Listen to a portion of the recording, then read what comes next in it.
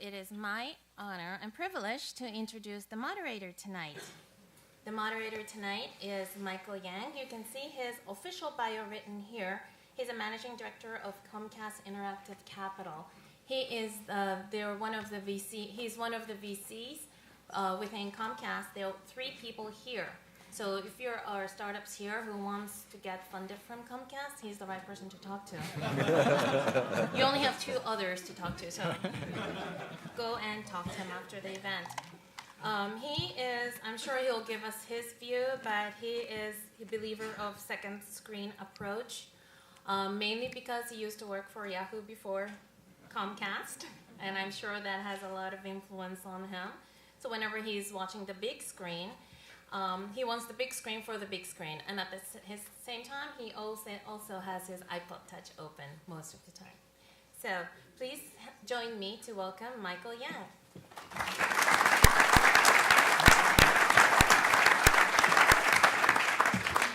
Thanks, everybody. Tonight's format is going to be the following. I'm going to kick it off and just try to set the context for discussion this evening. I'm going to introduce the panelists and then actually have one of them come up and give a deeper dive on his particular company. And then we'll go back to a Q&A, more traditional panel format, and ultimately bring you guys into the conversation as well, since this is social with Q&A on the back end. Before I start, for the benefit of the 4 gentlemen on the stage, can I get a sense of who we have here in the audience? So let me start first with, do we have people in the audience who are working at a startup in and around kind of the social TV video space? If you are one of those folks, please raise your hand. Great. Do we have people who work for larger, more established companies, also kind of in and around the video TV space? If you could raise your hand. Okay. Do we have anybody who just kind of stumbled upon here because they saw some free food and drink and wanted to get out of the rain? All right, great. That's the best portion of the crowd. Okay. So, let me set the stage with the following. This whole phrase social TV has obviously started to kind of really hit the buzz meter over the last, call it, 1.5 to 2 years. And there's a lot of talk about it. I think, frankly, the best thing that we could strive to do today is demystify it and start to put some parameters and definitions around what this term actually means, because I think it's a fairly loaded term. I want to present 2 glasses right now. The glass half full for this trend known as social TV would be the following.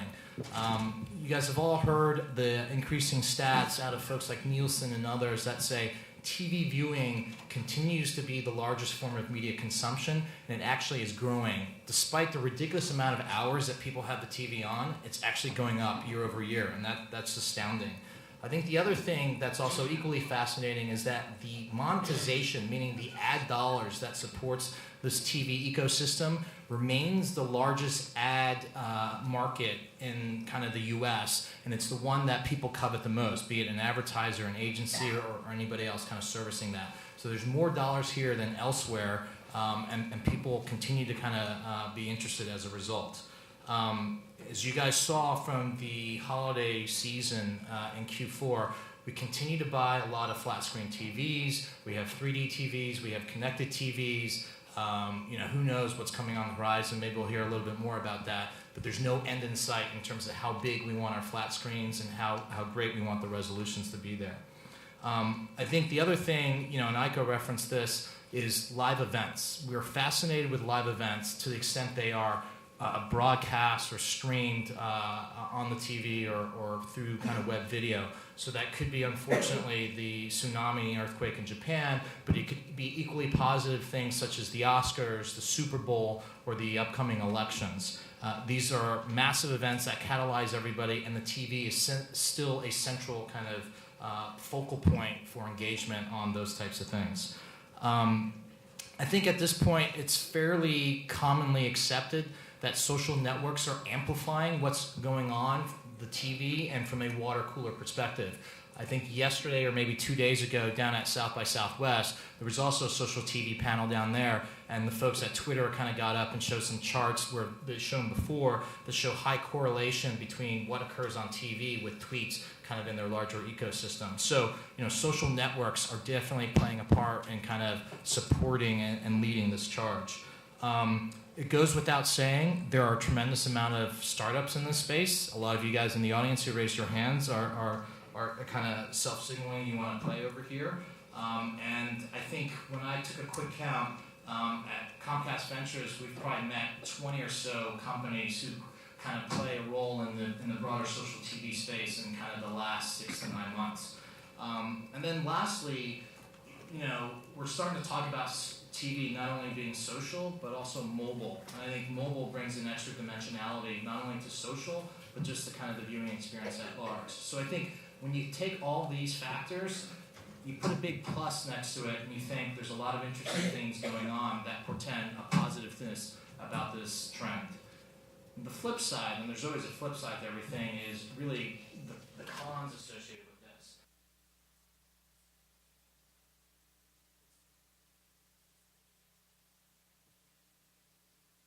Or recasting interactive TV. And an interactive TV is kind of one of these terms that's been around since the 90s, maybe even the 80s for some of the folks on the avant-garde, and it never really manifested itself in the marketplace or with consumers or the other participants in the ecosystem. So what's really different about social TV this time that's not just kind of another subset of interactive TV?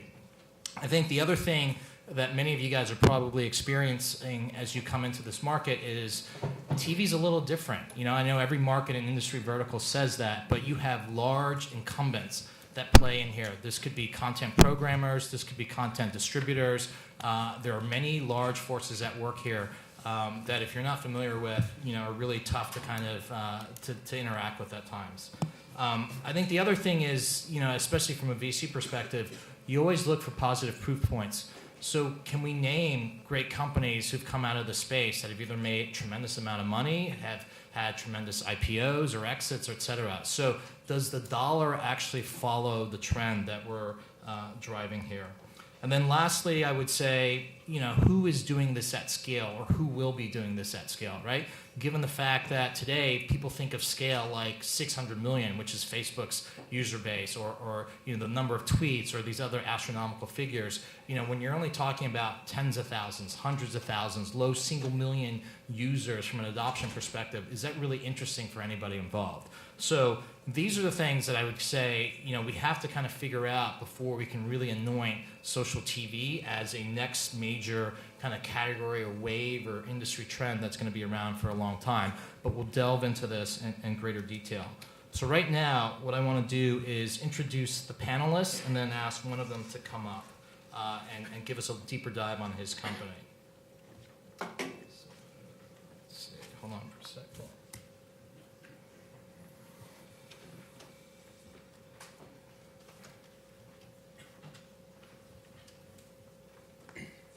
Okay. On my far left, we have Itzik Cohen. Itzik is the founder and CEO of ClipSync. I'm going to have him come up in a minute and tell us a little bit more about ClipSync. Next to him is Greg. Greg is with Samsung Electronics. Greg, maybe for the benefit of the audience, could you just give a quick intro about yourself and the organization you're with?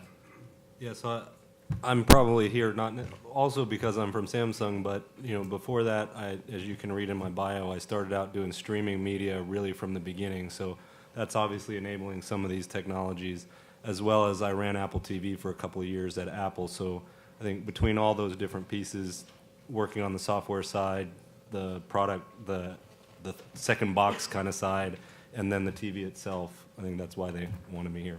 Great. Sina? No. Just a quick background? Yep. Well, we started off as a universal remote control company and grew into the social television and the TV guide, and mostly huge IT background. And by being in IT, you automatically are in the social networking side, and we combined all the different aspects of that into one application. Great. And then lastly but not least, Edgar? So, my name is Edgar. ActiveVideo created a a product called Cloud TV, which is an apps platform. And you might consider, well, big deal. It's the only apps platform out there that's cloud-based. It's relatively open. And our goal is to essentially get on any type of screen out there, whether it's cable, IPTV, satellite, web-connected television screen, or mobile devices. We're currently in about 5 million homes. We expect to be in about 15 plus million homes by the end of this year. We invented go to the cloud before Microsoft did. Great. And now I'm going to hand the floor over to Itzik, and we're going to learn a little bit more about ClipSync.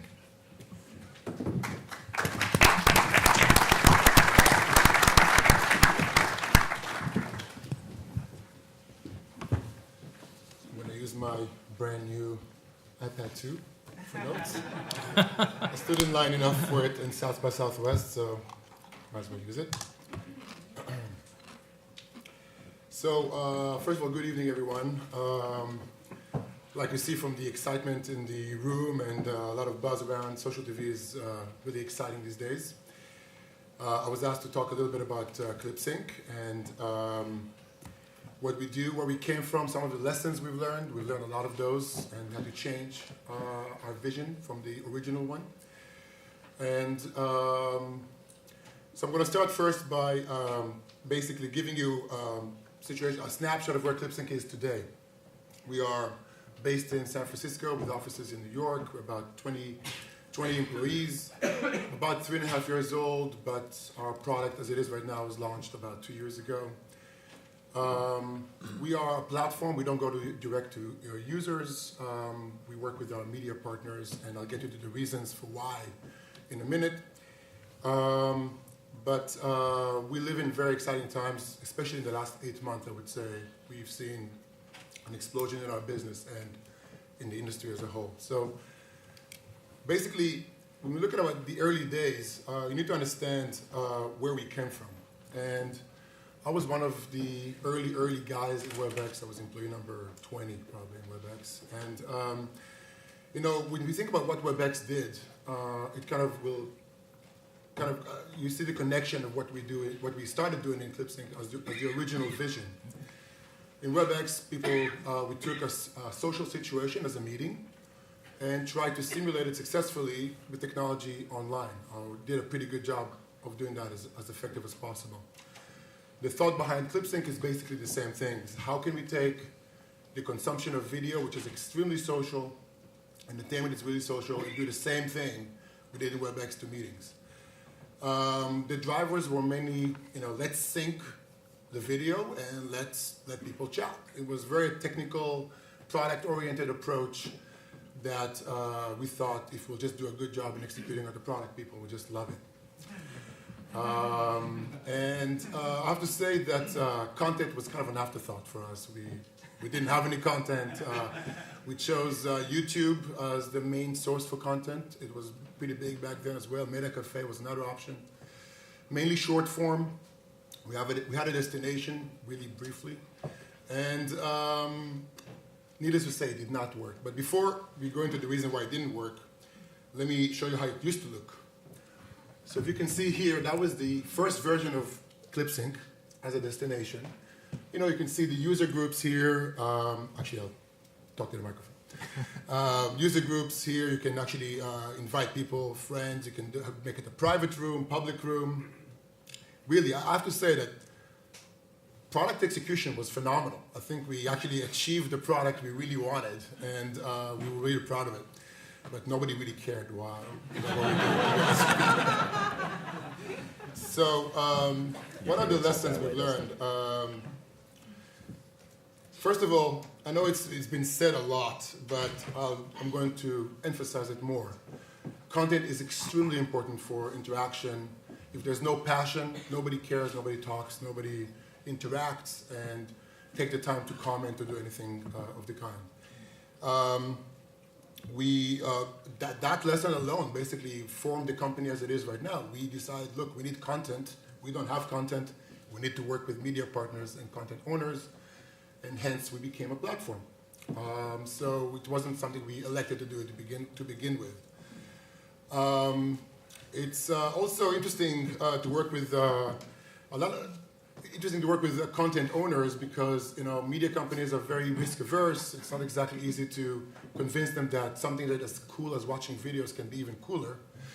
And we needed to work really hard in actually making a difference and creating value for our partners. And I'll get into how we do that in a minute in the rest of the presentation. This is what we do today. I mean, I kind of jump here, but we'll get into the details in a minute.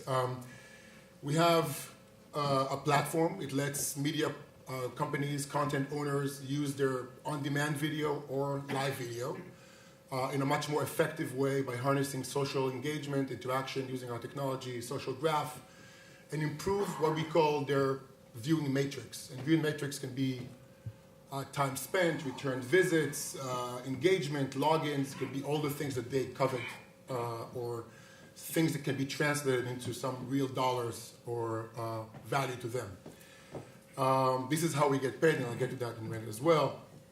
But we make it really simple for them to repurpose that content that they already have that was not pre-designed for social consumption, just regular shows as we know them today, into a highly social and interactive content. Again, this is how we look at the social TV market. This is not to say that everybody else is looking at it the same way. But for us, there are pretty clear trends and aspects to the business. Some of them we do, some of them we don't do. And I'll get into those in a minute as well. But content recommendations, game mechanics, polls, co-viewing are extremely important, but we feel that social video commerce, for example, is something that we invest a lot these days, and again, I get to that very fast in a minute. Our products are based on co-viewing. This is the best way to call it. Activity-based participatory viewing is basically co-viewing. Something that we feel, as an entrepreneur, you have to bet your company on something, and we are betting our company on viewers as content. There's many reasons why. One of them is we feel that it's extremely valuable for our media partners to get the attention of the users. When you make the viewers a part of the content, let them influence a part of the plot, you get their attention. A lot of the other things we do, and I might be shooting myself in the foot here, are a lot of distraction. Because watching TV is kind of fun as it is, and we throw a lot of information at users. A lot of it, it's hard to find the balance in a way. And when you make the viewers the content, a part of the content itself, it's extremely valuable to the media companies. Social video commerce, great, another bet we're making. If we can improve so many metrics on video viewing, why can't we improve social retail conversions for QVC and HSN? I'm actually glad to announce we closed QVC last week, and we're going to do a show with them in July that will be based on that technology. So that's another bet we're making in the company. I'm going to run through it because I feel like in the Oscars. I've heard the music, and I've been asked to make it short. So thank you for my investors. But this is what we call participatory smart viewing. I'll go straight into the example. This is a Jersey Shore with MTV. As you can see, people can join in. They can throw stuff at the screen like kisses, spray tan. The grenade is locked, and you have to answer polls in order to unlock the grenade. And that extends the viewing sessions for MTV. They were extremely happy. We improved some of their metrics by 1,400%. So clearly, there's a lot of value by knowing how to harness the value of social power. Viewers as content. Again, this is something I'm really bullish about. We are working on 5 different new formats with production companies right now. We believe the next few years will be based on that. There's a lot of growth there. I'll give you a small example of what it could be. This is actually a live test we did with MTV.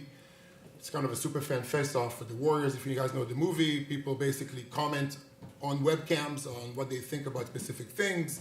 People can vote on the next questions, on what they should be. You can speak popularity or who's more popular in the room, and people can be voted off. It's extremely powerful, and there's a lot of talk shows, reality shows, game shows that we are working on right now that harnesses harness the users or the viewers as content themselves. Again, I'm going to jump here for a second because, again, I'm trying to make time. Social video shopping is, just think of the example of answer the next 7 trivia questions and get free shipping, or invite 4 friends and get 10% discount.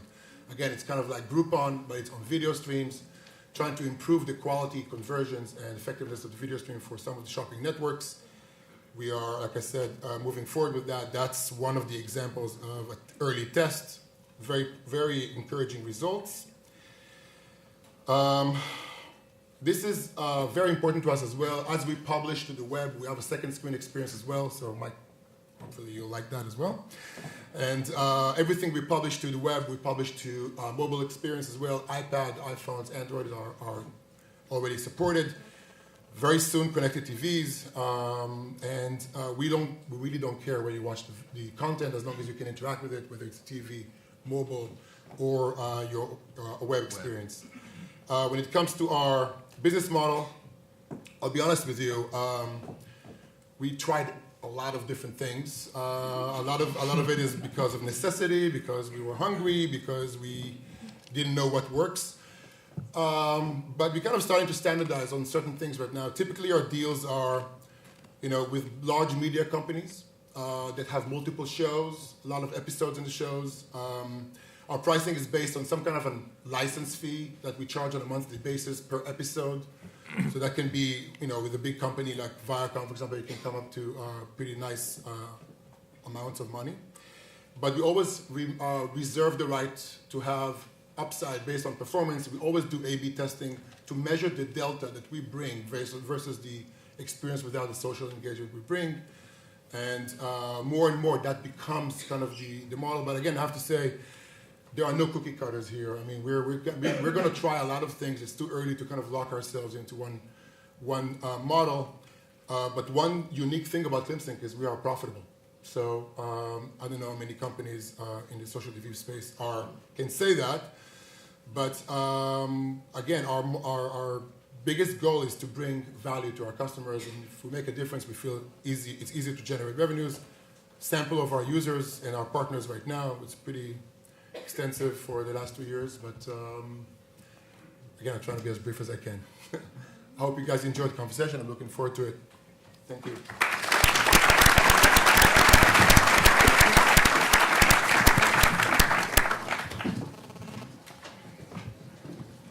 Okay, first question I have for the panelists on what they just heard. Do we think that's social TV or do we think that's social video? And is there a difference between the two? I think it's more of a social video because it's more of a streaming platform. You're not really watching any live content and interacting live with others who are watching at the same time. In this case, you're depending on a lot of people coming in at the same time and watching the same streaming video and interacting with each other. Not to say that it's not a social TV medium, it's just a different way to approach the same social TV aspect. I'll answer with a different question. What is TV? Right, I mean, as we're getting to mobile and things like that, I think there's 2 different forms, right? Obviously at Samsung, me being in the TV group, right, I think of TV as a product, but as kind of we're looking at it going forward, TV is almost more like a service now. And so if you think about it as TV as a service, then it doesn't really matter. It's all TV. So I would tend to go that way and say it's all the same now. Okay. Just to kind of answer the question, it used to be appointment-based and synchronous, but we don't do that anymore. So you can watch it by yourself and still be social and harness the social graphic you have. So you're right. We started from a synchronous experience into now you can just watch it whenever you want. It doesn't have to be with other people. But you have to have licensing from different content partners and be able to I don't stream license that anything. content. It's their content. I'm doing it for them. So How do they make money doing this? What? How do they make money doing this? Selling ads.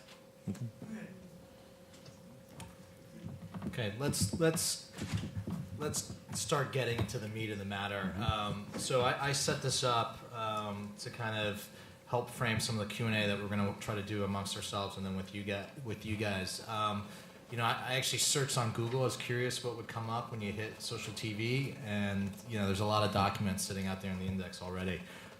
Wikipedia had a pretty good definition, and I think it's jives with kind of actually what is in your VLab program today. on the definition that these guys came up with. It's interesting when you think of social. One thing that kind of jumps out, to the mind is, does social really equal a set of actions and activities that viewers and consumers take on? And if so, does simply by virtue of the fact that you're chatting or tweeting or posting or doing any of these types of things, does that make the experience all of a sudden social? I think the next question, and we heard a little reference of it earlier, is there's a whole phenomenon going on the web, social web these days, which is if you share, you're being social. So simply checking in, posting, sharing, doing other things, looking at what your friends and family are doing, does that inherently make things social and TV social as well? I think we're already seeing some of the tension on, what screens are we referencing when we're having these experiences? Is it the primary, the big screen in front? Is it the second screen? Are we expecting these behaviors and these actions to be more passive and lean back, or are we actually being engaged and kind of pecking on something? And I think something hopefully we'll also reference here is, what are the input devices we're actually expecting consumers and viewers to kind of have when they're being quote-unquote social?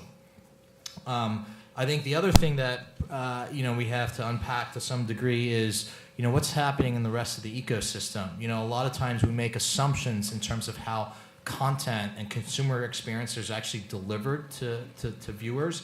Is it over the top? Is it mobile, as we've referenced? Are we talking about professional or UGC content? And then a big thing, which is kind of a black box for a lot of folks, is really the content rights. And then I think the last thing is, again, back to economics and about money making.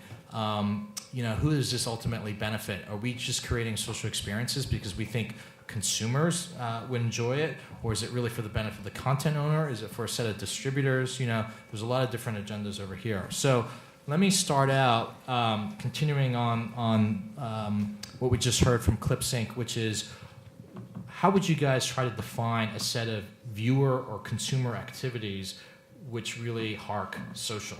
What is social from a user perspective? Well, for us, it's anything that involves other users. You can be interactive without other users. That's not social.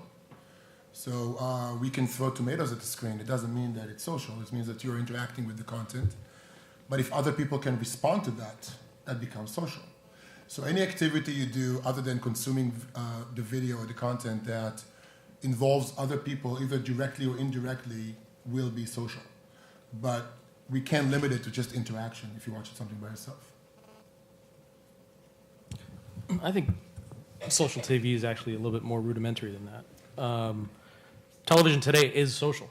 I mean, it's a big screen, people gather around, it's an altar, and there is a social element to it. What really is, I think in my mind, the litmus test of social television is, does it stand up to the Facebook impact, which is, does it create an identity? Do you, or the behaviors that you conduct while in this social mode, does it enhance your identity? Does it create a badge for you? And I think Facebook does that really well. I think Twitter does that really well. I'm still waiting to see for social TV to do that and have that power. And that only way for that to happen is for there to be enough ubiquity and for there to be two-way communication between true traditional content providers and the end user. I disagree about Facebook, by the way. We actually noticed that nobody wants to log in. Well, you're better than I am, so I'm not going to disagree with you. No, I mean, I think Facebook is great, but if you notice, Facebook is this clean environment. Nobody wants to put bad pictures of themselves on Facebook or admit guilty pleasures. And let me tell you something. Nobody wants to be seen, to be said, I'm watching Big Brother right now, or watching Jersey Shore, or I just won the ultimate Guido badge in Jersey Shore. Because this is something you do on your own, and maybe you tweet about it or something, but your Facebook wall is something you can kind of not want to involve in that. So we actually find that people don't want to involve Facebook with a lot of the guilty pleasures they have. I tend to disagree with that. I see a lot of people posting images from the shows. They're posting specific clips from the shows. They're posting quotes from the shows. Depends on the content, though. But it's not just the content. I mean, they're participating by taking things that they like from what they're watching and posting them on their walls or posting them in Twitter. or posting things in Instagram or whatever other medium that is social. They're actually going out and sharing these things that they enjoy and that they love. I mean, if you're using, for example, Jersey Shore, they're posting pictures of Snooki or whatever it is that she was wearing that particular day, and they posted it on whatever area, and you see the retweets related to those types of posts, or then you see somebody commenting on somebody else's Facebook post about whatever show. So I disagree to the fact that all the social I must not media have are high-class involved. friends because the posts I see are really scary. So Yeah. Yeah, I kind of look Where are you at hanging it out? from a different perspective. I think all these guys are coming from kind of what you traditionally call social in terms of like Facebook and Twitter, and that's kind of our definition of social.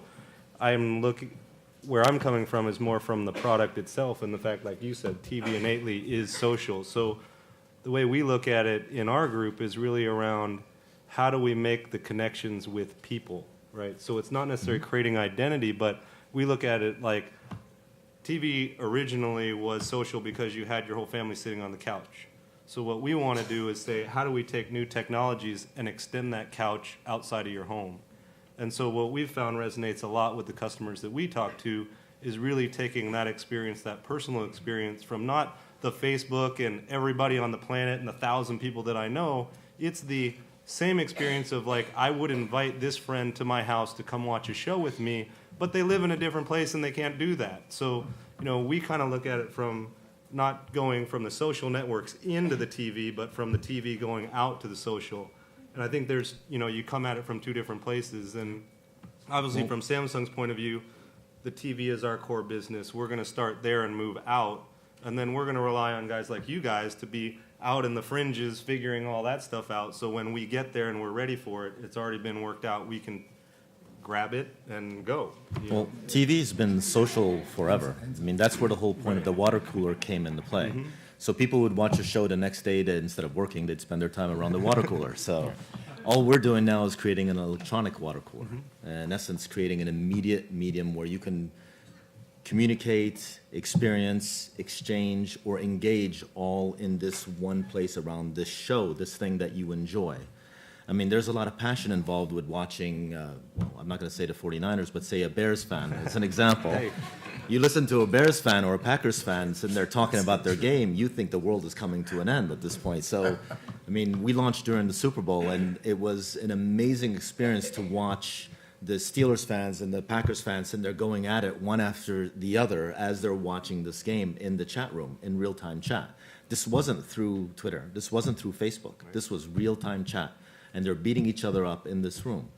So I think people look for this type of engagement. They look for this type of experience. And I don't see how any of us have actually managed to bring this experience yet, but I think it's going to be an interesting ride for the next few years. So let me jump in here. So people want to chat about something like that. Where should they chat? Should they be chatting on the TV? Should they be chatting on a smartphone? Should they be chatting on a web app, on a laptop?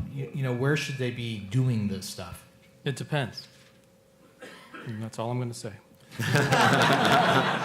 Well, that's No. Come on. No. I do have a thought, actually. just one. Before ActiveVideo, I worked at HBO, and we developed a lot of properties, content properties. One, for example, was Carnival, which didn't last a long time, but good show. And there's one that was called Sopranos, which lasted a longer time. The way we marketed those two different series was very different, because one was about depth of fanaticism, and the other one was about breadth of fanaticism. So the tools and we were trying to specifically motivate some social interaction. This is before 2.0 and new media was really burgeoning out there. And funny enough, Carnival, and the best gathering place for that sort of environment was bookstores. Who would have thought? Right? Best gathering ground for Sopranos was around sports entities, sports television. So we would end up, marketing our series in there.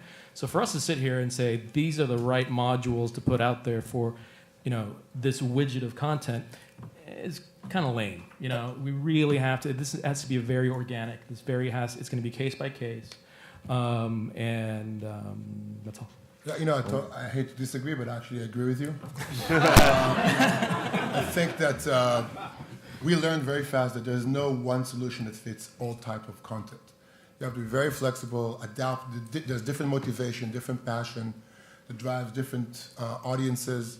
And as much as I want to scale one system that fits everything, it is extremely hard to create that in the media world and be successful. So we have to really, the throwables in, Young and Restless are different than the throwables in Jersey Shore. Because we have a spray tan versus hearts with arrows, It's just, nobody's going to use things that don't match or don't fit. So I agree. There's no one solution that fits. You have to be very flexible in order to be successful there. I think it matters about the device ecosystem as well.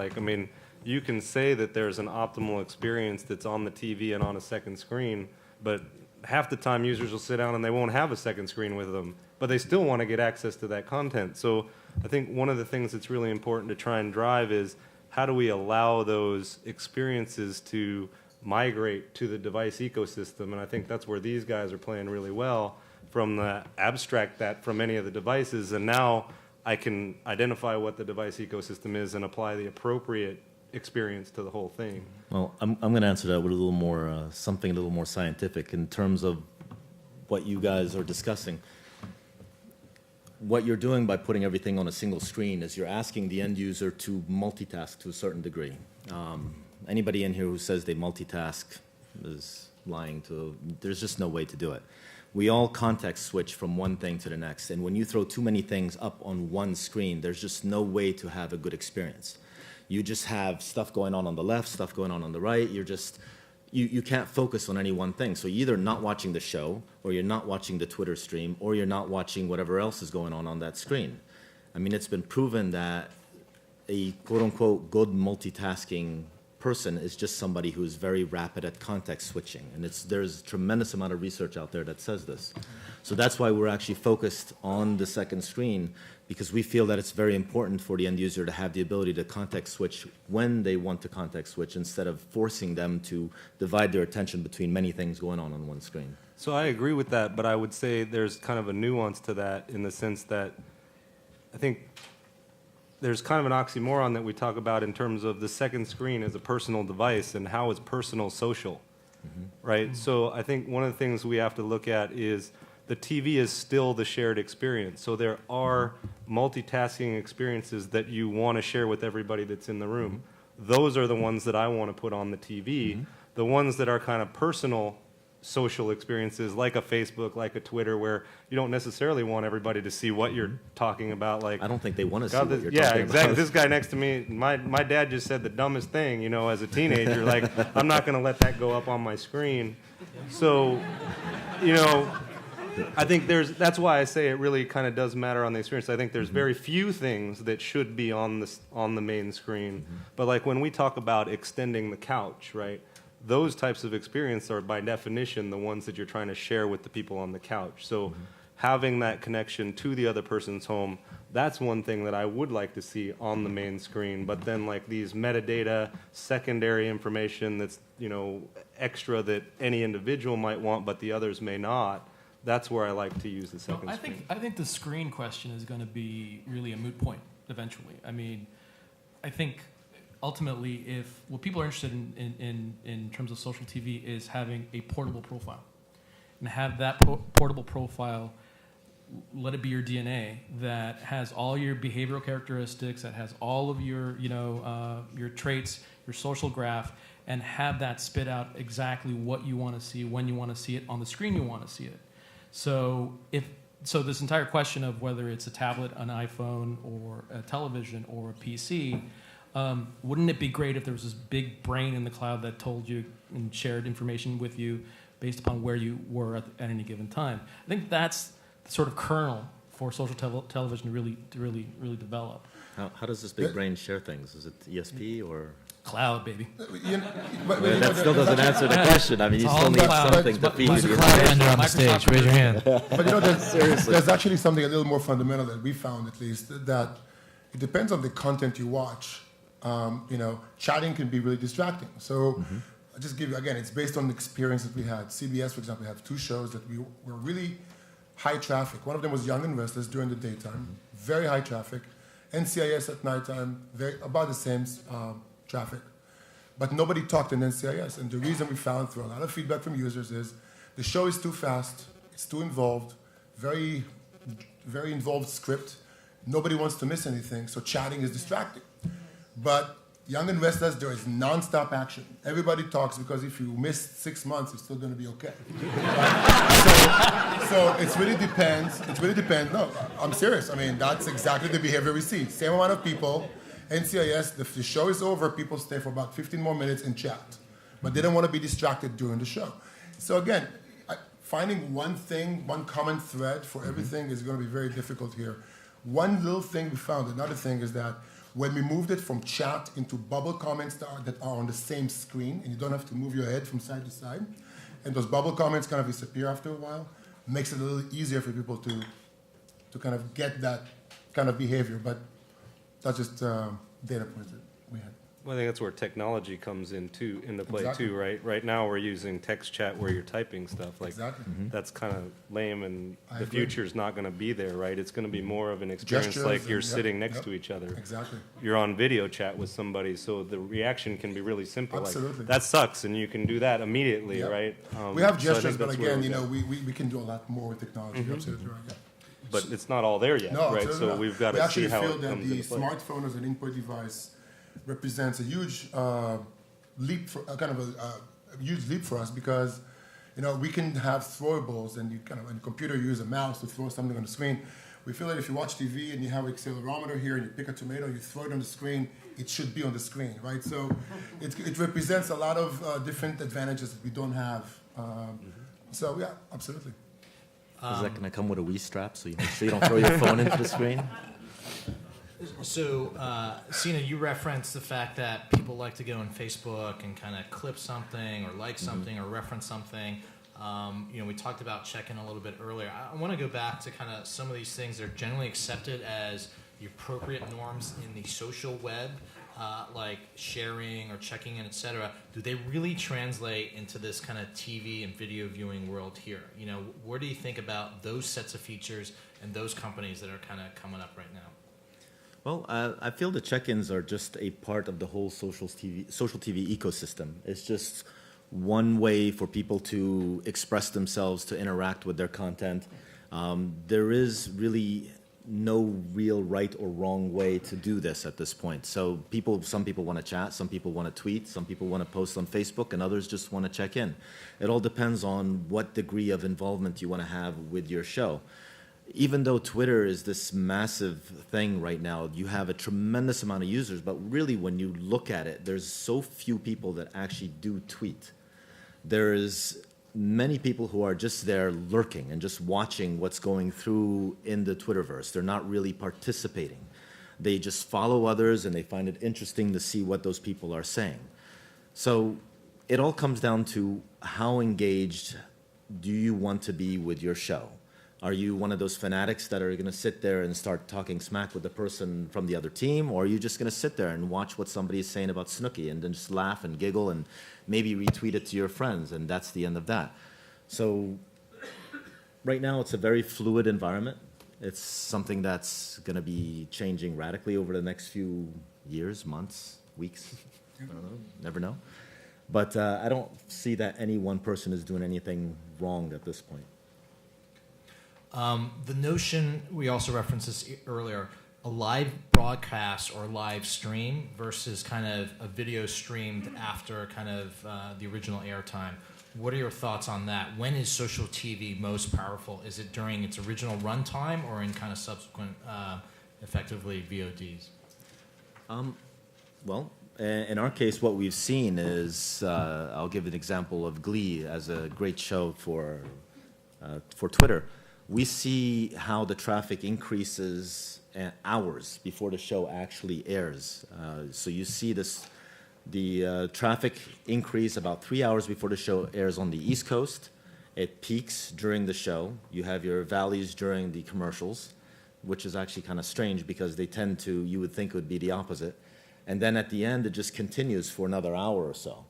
And then the West Coast comes online and does approximately the same thing. But usually on the West Coast, it's slightly diminished because I don't think they want to see any of the spoilers from the East Coast, which is going to be a continuous problem of East Coast versus West Coast. So there is a certain level of participation that occurs before, during, and after the show. We don't actually see people just coming in during the show and participating only during the show. There's a long-running conversation on Facebook. There's a long-running conversation in our chat room. You have people coming in, a day before the actual show airs and start trying to chat with others who are there about this show. So it's not limited to during the airtime. So what if you DVR'd that show and you ended up watching it a day later, 2 days later, or you ended up watching it online? ClipSync. Well, in most cases, you can actually go and look at the Twitter streams from the past. You'll be able to participate in the conversation, but in most cases, if you DVR, you don't really participate live, obviously. But doesn't maybe the volume drops, but doesn't the quality of the comment change? It's more editorial. Absolutely. Maybe it's a little bit smarter. Maybe? Yeah. So we noticed that, in the on-demand cycle, the way we preserve the conversation is we save or save comments that are time-coded to the video. So basically, you get the comment that were made at the context of the video as it was made. So comments are contextual to what you see right now, and you don't just see a huge amount of tweets that have nothing to do with what you see right now. So we're trying to maintain a conversation, even if you're doing it on an on-demand basis rather than a live broadcast. It's nobody really cracked the code on that, to be honest with you. It's really challenging to recreate that live experience, a live social experience on an on-demand basis. But we get pretty close. I mean, we get pretty close of recreating what happened during the live event itself. But you're But kind you of don't watching get that this talking smack the guy script. because he doesn't have anybody to To talk smack interact to. with. Yeah. You don't get the talking smack guy because you don't have anyone to interact with. I think There's no exactly. that was what I was But people thinking don't is- tend to DVR live shows like sports games or Right. things along those Right. lines. But I think you touched on it a little. You guys touched on it a little bit, and you're saying it takes a certain amount of engagement with the show and fanaticism with the show to get that engagement. So to me, it feels like if you're that fanatic about your show, you're not going to wait 2 hours and let it go by. You're going to interact with it at the time that it's aired. And that's kind of like what you were saying in terms of you get ready for it, you're really excited about it, you're going to town while it's on, and then maybe a little bit after that. But that set of fanatics has kind of gone away because they're already done. That's exactly what we're finding is that the concept of social TV is starting to bring people back to live television versus having them DVR and time shift their shows. So that's actually a great value proposition for advertisers because that's the one part where they lose. As soon as somebody TiVos their show, the commercials are gone at that point. So social TV is bringing people back to live television, and that's essentially what's going to occur for shows that are really not important in terms of, other way around, that are important for watching live. So are you guys collecting all these conversations? Do you own them? And are you selling them? And for how much? Which conversations? The chats, the conversation. I mean, that's valuable information for. I'm assuming there's a lot of researchers here that really want to get a depth of a relationship with a piece of entertainment. I'm Yes. giving you another revenue stream. Well, the answer is yes. So The you're answer is selling them? yes. Not selling it right now, no. We're using it for our own ends.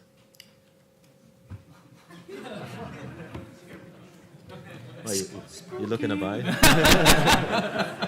I think it'd be spooky if you were actually selling it to somebody. No, I think Nielsen would love to talk to you. And I think a lot of the programmers out there would love to talk to you. Well, you do some semantic research and semantic searches based on what is going on, and that's something that becomes very valuable for a potential shopping experience down the road. So let me shift gears and talk about applications and commercial platforms for a second. We probably got a lot of folks in the room who are more our developers and app builders. Some of you guys are that as well. How do you guys think of yourself? If you're a second screen player, are you an app developer on a mobile platform, which is somebody else's platform? Okay. Edgar, you've got a cloud service. Are you an app platform of which these guys could be participants of? Greg, you guys are very well known for having an app store, app platform as well. So how should these guys or others think of you as well? And this isn't just as it pertains to social TV apps, but just kind of, TV and apps in general. Maybe you guys can comment on that for a second. Sure. So everybody's in here for a reason, and not just the free food, but Free drinks. Oh yeah, the free drinks maybe. I think everybody's been talking about advancing television and making it sort of TV of tomorrow, but tomorrow seems to never come, and that's an old joke. And the reason why I think that's been happening is everybody's been developing their own solution, their own proprietary solution. Everybody's got their own, best operating system, their own high-powered chipset, the best screen out there. No, it's Android. No, it's iOS. No, it's iPad. No, it's Zoom. And so I think fundamentally, the expectation from the world is that, when is this coming? And for this to really start happening, there really needs to be an open system. Because right now all we're doing by innovating within this box is creating closed systems. And people are expecting the openness of what the web was and to develop a really, speed of the web sort of innovation. And that's not going to happen until there's some either standards or an open development platform. So we took the path of, making an open development platform that anybody could write to, anybody could develop an application relatively easy. It's just if you know how to write a web application, you can publish an app versus learning, Apple's proprietary, Objective-C for an app store language. And, but also being able to partner with other, proprietary OSs or proprietary platforms that could plug into it. So our goal isn't just to sell our platform. Our goal is to partner with other platforms. And really that when you do that, I think that's when this entire concept of social television or apps everywhere can really happen. Who's going to disagree with me? I'm not going to disagree with you. I'm just going to say that how we see it. It's slightly different. I mean, we actually don't think that there's any technological barrier to do anything right now that we want. I think that there's connected TVs that are pretty powered right now. I mean, there's connected TVs with cameras. There's smartphones everywhere. We don't see it as a technological problem. We see it as a go-to-market issue. For us is, do our partners want to do something that they were willing to pay for on the big TV? I mean, do they want to have an app that will do certain things that are social, or are they satisfied with their web or smartphone experience? We actually don't think that there's any technological showstoppers even now. I mean, it might not be at scale or anything, but we can do a lot of things right now. It's just a matter of who's going to pay for all this. And I don't see anybody jumping right now to do this. Well, I think that's the core, it's the cost, right? That's what you're getting at, is like to build some platform that actually, whether it be an application platform that has one feature or it's an app, like a real development platform, you got to build it for all these different things today. And, I'll be the first to say at Samsung, we've got our own proprietary app platform, but that's also why at CES we announced partnerships with Adobe to do Flash and Air, right?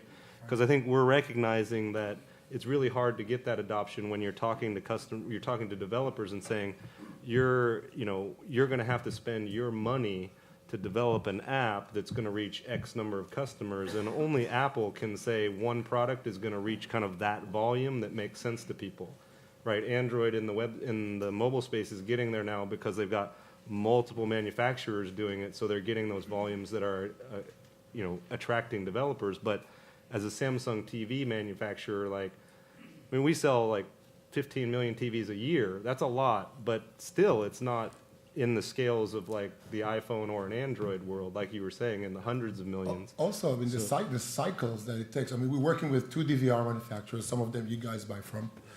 And the cycles of doing something is creating something with them, and then you guys have to buy it. And then you have to sell it to your customers. It takes 2 years from the time we actually did something with that DVR manufacturer to support our technology until one box gets to the user, and the technology is already obsolete. So, for us, it's just, we need faster cycles as developers as well. When does a TV become a computer at this point? When you're adding Flash and Air? It is. So I would say, I tell my teams this all the time. It's not about TV or mobile or anything like that. Everything's a computer today. It's all about form factor.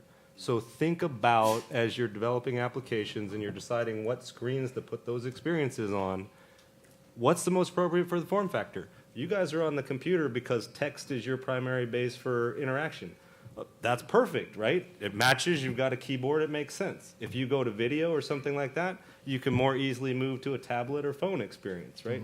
I think that's what I drive inside of our groups is really, the world has totally changed now. And that kind of goes to my But question, with the what even product is cycles TV? on TVs, people don't cycle through TVs as quickly as they cycle through computers and other of these types of devices. So how can you keep up with the technological change? I mean, you have the iPads with Objective-C, you have all these languages that are popping up on a regular basis and different technologies. I mean, if you have a television that somebody owns for 10 years, how viable is it as a platform 10 years from now? How viable is it as a platform 5 years from now? Well, that's where we come in. Sorry. By taking we take the brain out of the box and put it in the cloud. So it allows the Samsung TVs to be future-proof and to advance any new sort of capabilities that they might have. And it's not just in the television space where that's happening. It's happening But in it's the PC still, space. in a sense, you're web browsing on the TV if How you're using so? an app in the cloud. In It's essence, a you're- browser in the cloud, but the consumer doesn't know that. But it's not even just browsing experience in the cloud. I mean, look at what are the gaming companies that are doing that, right? Gaikai and what's the other, the big one? OnLive and those guys. Us. They're doing like really high power gaming, but they're delivering it onto platforms that are really thin. So yeah, but wouldn't it you be more can do sense that. to create a platform ecosystem between your television, a second screen experience, whether it's the smartphone, the iPad, or whatever Android tablet that actually makes it out there that actually works? Something along those lines where you're actually creating an ecosystem to build these types of But you know what you're experiences. doing by doing that is Hollywood is saying, will you guys stop it already? Will you guys make a decision? Give me one set of standards so I can make an application that I can make money off. Because right now I'm not going to participate. I'd rather go to Comcast or go to Time Warner or some traditional sort of infrastructure, no offense, that delivers entertainment in a way that I can make money and that I know off of. Right now, if we keep building all these new platforms, and it's all cool and stuff that we're innovating, and great. But the fact remains is that we need to think about what we can do to make this more open. But it is open. How many platforms do you really have? You have Windows, you have the Mac, you have the iPad, which is pretty much the same code base as the Mac. I mean, really, You have how Boxy, many... You have Roku, you have Voodoo. Those are you delivery platforms at this point. That's- Well, it depends So, on if but- you're talking about second understand that, screen or but- primary screen, right? Well, I'm Primary talking second screen's screen pretty in this crappy case. right now, I agree. to be fair. No, Yeah, yeah. And I that's agree. where I think Primary we're screen talking about is- we need to exactly. clean that up, just like all the second screens have cleaned up, right? But Mobile used how to be does really shipping it all crappy. on the TV Much make better it now. cleaned up? At this point, you're going to have Samsung, LG, whoever else is making TVs, all have their own different standard and different way of implementing this thing. You're still not solving the problem. Now you just have... Let's just pick Samsung, and that's it. I think... All right. All right, we got a deal in the making. So, We're on Philips TVs, by the way. So. All these guys told me they were working with LG already. I was like, come on. What's up? So, I think we can infer there's fragmentation, and there's going to be fragmentation for some point in time, and there's not really scale. I think we're talking about platform dependency in a couple ways here. I think another one I want to point out, which I'm curious to get your responses on, is the social graph and the interest graph and platform dependencies over there. So if you're pulling in tweets, you're highly dependent on Twitter as a piece of content in your application, plus the other stuff. If you ended up with fragmentation of your social network, your friends and your families across multiple applications, environments, and all that kind of stuff, how is that making this experience inherently social? It doesn't. It doesn't. All right, so we got another issue that No, but right. I mean, you do have a variety of different social networks, but there is nothing stopping you from bringing them all into one place. I mean, you can still act as Edgar is saying, as a platform, as the glue, someone who brings all the different pieces into one place for a singular experience. I mean, that is exactly what we're trying to attempt. We're not trying to reinvent the wheel. The web is a great standard, for example, for delivering content. The iPad is another way to deliver content. TVs are another way to deliver content. But to truly give a singular experience, you need to have something that acts as the glue between all these disparate social networks, these disparate content platforms, and create a singular experience. Yeah, and I think there's a couple, like you guys have both been saying, there's a couple ways to do that. One is a cloud-based kind of common way, and then the other one is the same app infrastructure on every device. Exactly. And I think it can go either way, and it probably will go both. Standards But I'll be controversial and say I don't think personally, I won't speak for Samsung on this, but I'm pushing inside of Samsung, right? I don't think that web standards are the right answer. And the reason why I say that is because if you look at mobile, and computers from just in the last 2 years, and you look at web standards and you say, how many web applications in that standard were able to take advantage of just the GPS sensor that exists in every frickin' computer and device we have today? And it's taken 3 years to do that. That's not okay. Like, I'm going to be driving whole new input experiences for the TV, and if I got to wait 5 years for a standard to catch up, I don't want to be on that platform. I need to be on a platform that can grow with the device as we go and change that experience. So that's a little bit controversial, but you guys asked me to be so. So if you're doing all... I'll throw it out there. I'll go back for a second. If you guys are doing all the hard work, because of fragmentation at so many levels, where is value actually being created here, and how do you get paid for doing that hard work? What are the business models really in this space that work? Mr. Profitable. Oh. You're talking to me? That's me, right? Well, first of all, I agree with Edgar. Having a cloud-based system is making everything very, very easier for us. I mean, we are hosted, not exactly cloud. We are hosted web services-based company. It helps us be kind of agnostic to different end devices. But talking about revenues, it turns out that you have to drive value, and it took us a while to create value because I have to say, at first, the social experience was actually reducing the numbers of the matrix that we saw on video. People watched less, and people got freaked out and didn't know what they're doing, what they're seeing, and it's kind of overwhelming to a lot of people. We had to really try and, first of all, learn a lot and change really fast and adapt. But we have a pretty good track record of creating a lot of value for our partners, and it translates into revenues really clearly for them. I mean, basically, more views generate more pre-rolls. That's how they get paid. Mainly, that's most of our partners, at least, not all of them. But if you generate value or a delta of value between your experience without your experience, then it's pretty easy to justify the revenue, the fees you're getting. So that's how we look at it. It's actually pretty simple. You have to generate value. Same thing for us. I mean, we're just extracting it differently, right? It gives us more TV sales, and we can charge higher prices for it. So we'll extract it directly from the single-time purchase, and then we obviously have to be looking at service models as well. But it all goes to really user value. If you don't provide something for a user, they're not gonna put money into the system in any way. Whether that means, we pay for free. We watch ads, like that's stuff we have to suffer through. Like if you're not providing value, people won't watch those things and they'll go away. So in the end, I think about it the same way. You provide value to the user, they're willing to give you something more for that, and then you've just got to be really smart about how you pick that off based on your circumstances. We're starting to hit some of the audience questions at this point in the conversation. Are there, because of social TV, are there changes to kind of the advertising landscape as a result? Are advertisers able to leverage something they weren't before? What is kind of changing on that front? Well, advertisers can leverage the fact that they now have a dialogue with their end users, which they didn't have before. It was more of a monologue. You got to sit there and watch the commercial, and when you were done, if you managed to remember the phone number that flashed at the bottom of the screen or the URL, you got to participate. Basically everything we do is brandable and engaging and interactive. And mid-rolls in the middle of our experience are very interactive. They can be jigsaw puzzles. If there's other people with you, it becomes a multiplayer game. It's brandable.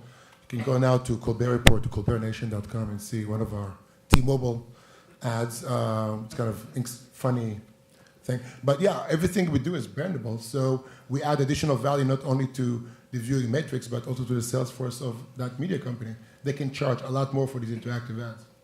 Yeah, I think advertisers are getting a little bit more personal in their advertising. Targeted. So what the minute though that social television or that addressability happens on the big screen TV, all of a sudden those CPMs, I don't know what the word is for, it's duplicate, triplicate, 10x, whatever that is. Decicate? Desiccate. Just 10 times, 10x.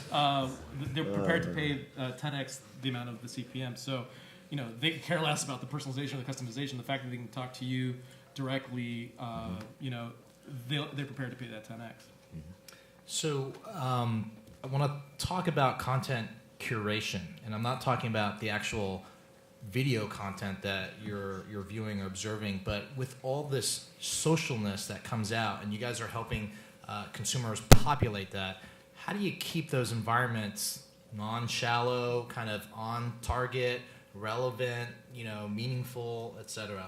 Is that your responsibility? Is it the content owner's responsibility? How does that kind of evolve? I'll give you an example. We're partners with Epix, which is basically kind of a HBO, Showtime competitor, I guess. They have two versions of most of their movies. One of them is just a regular movie. The other one is what they call director's cut. And director's cut at Epix is, the director came to a live event, made his own comments live as the movie was going on about different interesting things that happened during the shooting of the movie or little mistakes that happened in the movie that he pointed out. Those comments were curated with the movie forever. Now you're going to watch that movie, you can change to the director's cut track, and you can see what he said. So, again, it's curated content. It was social, very valuable, and very interesting. I think part of the whole social aspect is not knowing what you're going to see to a certain degree. I think there is a combination here of having a curated platform and a something that's actually managed by the end users themselves, where they can sit there and flag things as inappropriate or participate in what they do want to see or not want to see. Right. So having just strictly curated tends to be rather sanitary, and just in my opinion, I kind of like the little bit of the rough side, I guess. Watching the football game with these guys, so it was kind of fun to sit there and watch them talk about the Roethlisberger or. Just these types of comments and conversations tend to add the spice to the interaction. Yeah, we're limited by the legal department at Viacom, so some of the things cannot be. I don't have that problem yet, so you're lucky. Content owners, the programmers, especially on the professional content side, how are they reacting, responding to this whole kind of tsunami of people like you engaging with them, with kind of the consumer viewer base at large? What's changing organizationally? What's changing from an attitude perspective? We see, we talk to everyone. They're very risk averse. A lot of it is because of their own limitations, size, but. We kind of expect the first test with any media company is going to be a really bad one because they always make the bad decisions. They're not gonna. They're still let's do watch and chat. That was the kind of the most rudimentary entry point to any social TV with a lot of the guys we're talking to, at least. It takes time, but now we see whole groups that are designed for social TV decisions and procurement in a lot of the media companies. So they're definitely jumping into it. But trying to understand it and trying to understand the economics behind it. I think what we've seen is a variety of trends happening at least in the traditional programming space. Traditional programmers are divided typically in linear television groups as well as the digital groups. And generally speaking, they're on opposite sides of the floor, and they generally don't talk to each other. And if it's not the digital group, there's this group that's a floor above, which is the marketing group. And the marketing group tends to spend a lot of money on these sort of new things. So there's a lot of new programmers out there that are actually that can identify it or intelligent enough to say, yes, let's make this entire change, and let's get, MTV's one of them. MTV will say, yes, let's move capital infrastructure and make a strategic move and let's get social. They're smart. There's other programmers out there that, don't get it, pay me, I don't know how it makes money, talk to my digital arm. Digital arm says, I'd rather go to the web. They say, you know what? You talk to the marketing people, they'll say, wait a second. This is a way to extend my brand. This is a way to extend the brand for my clients. Let's do that. So organizationally, you're starting to see a movement from marketing to digital groups making the decisions, and eventually you're starting to see this sort of fusion of all that stuff. And if MTV and those types of companies can replicate their model, I think we'd be in a much better place. Yep, I agree. Well, it took all these content people, about 5 years to jump on the web after it came out? So I can understand. Okay. It took them a while. We're getting towards the end, so I'm going to go to Final Jeopardy and start hitting everybody. You get one question. I'm moving down different questions. So the first one is, if you think of the video content categories, such as sports, live events, such as the QVC shopping kind of things, what content sub-verticals lend themselves to being more social than others? I'll start with you. Things that drive a lot of passion. So, sports, perfect. Politics, we've done a lot of great things with CNN, and that drives a lot of interaction. And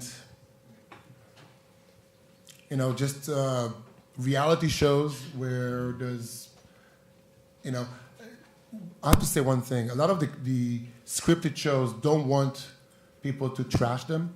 So if a company like me who works with the media companies, they're very careful about what people are saying about the actors and how they're being portrayed. So it's much easier for them to let people speak freely about reality show because they're not stars. So we find that there's a lot of interaction there. That's our experience. Okay. Edgar, you're a big proponent of the cloud. Are there any architectures that are relevant for social TV that are more peer-to-peer? Huh? Can you rephrase the question? Rephrase the question. Okay. So we've talked a lot about cloud and kind of server-based environments. What if it was just more traditional peer-to-peer and kind of the network spawn and the functionality kind of delivered that way instead of from one central cloud server? I haven't seen that work, especially not in the television space. There has been discussions, a lot of them on peer-to-peer, especially because it does save on bandwidth. But because bandwidth and payloads are going down dramatically in terms of pricing and just in terms of availability, the concept of going to the cloud is a little bit more palatable than in the past. Greg, for you, in a world where things become more IP-based, more on-demand based, how does that change this particular landscape? Does it enhance it? Does it do nothing to it? What are your thoughts on that? It definitely changes it. I mean, I think our challenge is really around how do we take the traditional viewer of TV and expose them to kind of that new world of content that they can get. And, we're seeing issues with that right now. I mean, if you go take pretty much anybody's TV, everybody's got connected TVs now, but the experience is kind of weird, it's kind of broken, it's half and half. It's like, hey, I'm doing normal watching TV or I'm doing VOD. I think the place where I want to drive things is merging those together so that people feel comfortable with broadcast TV as well as VOD and help them move into the value that they can get from those things without having this big hurdle in their way that they do today. Sina, what kind of adoption are you anticipating for social TV? Is this meant to be for the younger demographic? Who's kind of the right profile out there to kind of consume these experiences? Well, actually, it all depends on whatever show they're watching. And for sports shows, you tend to see an older demographic. For live events like the Oscars or the Grammys and things like that, you tended to have more. Well, for the Grammys, it was a younger demographic. For the Oscars, you had an older demographic. For shows like Glee, American Idol, you tended to be in the younger side of the scale. So there's really no one target audience. You could say that it's pretty much anybody from the age of when can they start texting approximately? What is it now, 6, 7? So about the time when they start texting to the time that, in their 50s. I mean, you see a little bit of everything. So you don't have any one target demographic. TV shows tend to span all these demographics, and so does the audience for social TV. Okay. Last question. if we do this event 3 years from now, and the four of you are fortunate enough to be on this esteemed panel yet again, what are we going to be talking about? What will have changed between now and then? Itzik will still be profitable. You'd still be profitable.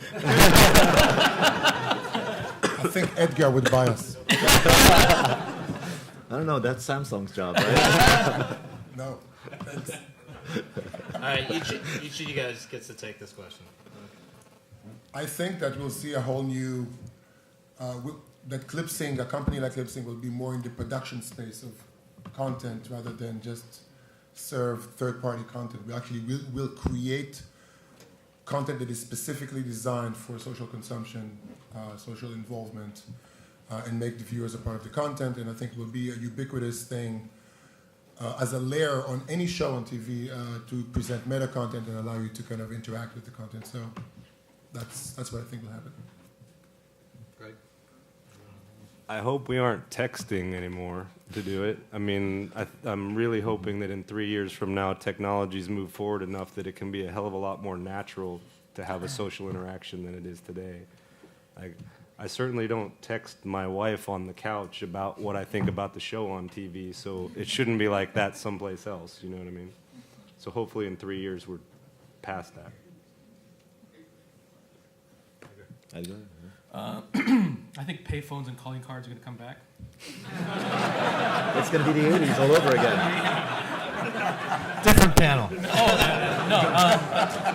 I think hopefully. Well, I think personally we're going to be in probably 40 to 60 million homes, hopefully, and it'll be a universal platform for everybody to develop to. But I think we'll probably be following Comcast's lead because no, I'm speaking truthfully here. It's the cable operators or managed networks are the ones that are going to be ultimately owning the space, or a Walmart that has a captive audience.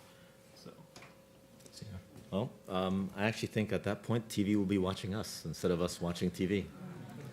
It's going to be more of them seeing what we're watching, how we react to it. In the sense, for example, with Samsung, they have the little camera on top of the television. You have things like the Kinect that actually sit there and watch your motions and see what you do. I think at that point, you literally are going to have TV watching you versus you watching TV. On that note, thank you guys for